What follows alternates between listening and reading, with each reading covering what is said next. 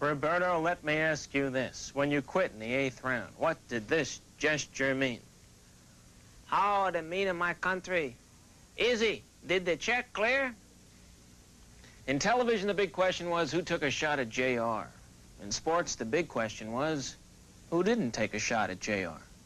Houston's J.R. Richard was picked as the starting pitcher for the All-Star game. He was considered the best pitcher in baseball. But in mid-June, he began to complain about fatigue, nausea, and a dead arm.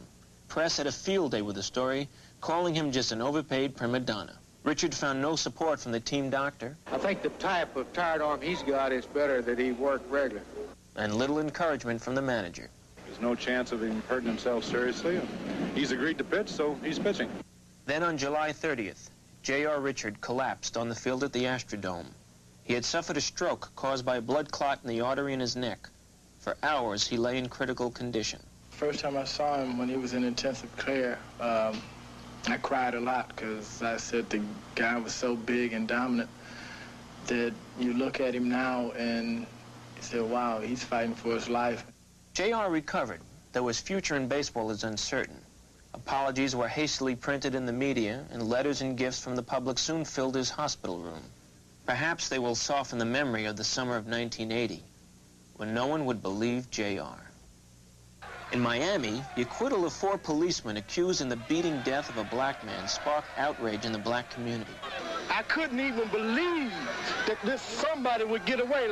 I mean, why? I wanted to believe in the American system. No more. Never again. Frustration and anger quickly turned to violence. Soon, Northwest Miami became a battlefield. 1,100 National Guardsmen and 300 state troopers were called in to try and gain control in the decade's first major urban rioting. But the year's bloodiest rioting took place in a New Mexico state penitentiary. By the time police and National Guardsmen took back the prison, the death toll had climbed to 50. You have a highly explosive device which may be detonated. Please take cover immediately. In August, the chips really hit the fan up at Harvey's Casino in State Line, Nevada.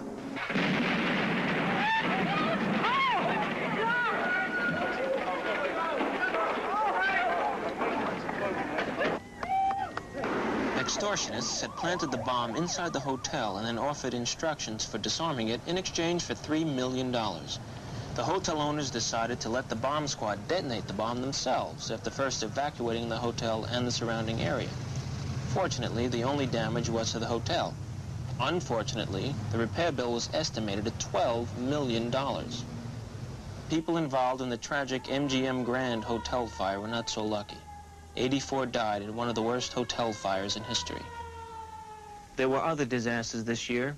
A month-long heat wave in Texas and the Midwest took its toll in hundreds of lives lost, and thousands of people lost their lives in earthquakes in Algeria and Italy.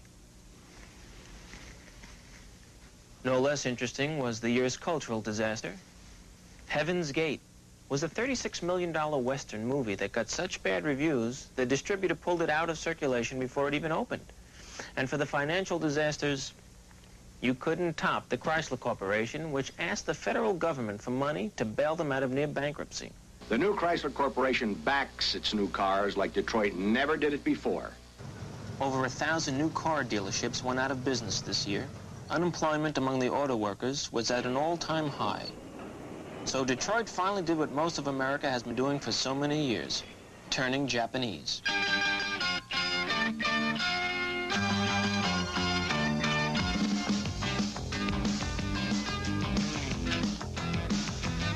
That's why I'm turning Japanese, I think I'm turning Japanese, I really think so. Turning Japanese, I think I'm turning Japanese, I really think so.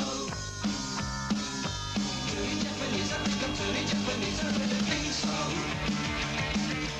Turning Japanese, I think I'm turning Japanese, I really think so.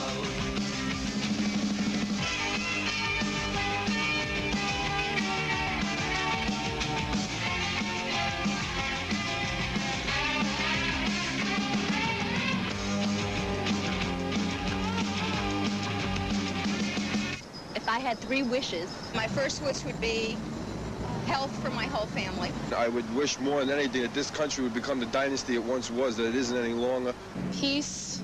World peace, I guess. And my third wish, I'd like to see a good, strong feminist as president. Perhaps we could do away with poverty. That the hostages would come home. That they resurrect Mae West.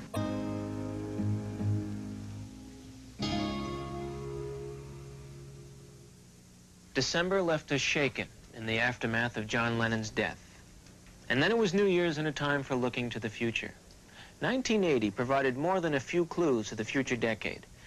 This year we saw a new invisible jet bomber called Stealth, a group of people calling themselves the moral majority, determined to put God back into America and take sex out of television. And some new companies promising biological miracles. If we left out your favorite hero or your favorite jerk, we're sorry. Maybe they'll still be around in 1981. Right now, let's listen to the real voices of the 80s. Keep it clean. To have no pollution. Better rules. I think that there should be no crime because people die that way. I wanted to change crooks into good guys. They bring back the hostages. Or release the hostages. Free the hostages. Make better decisions. Just have a president that knows what he's doing. For everybody to have everything they wanted.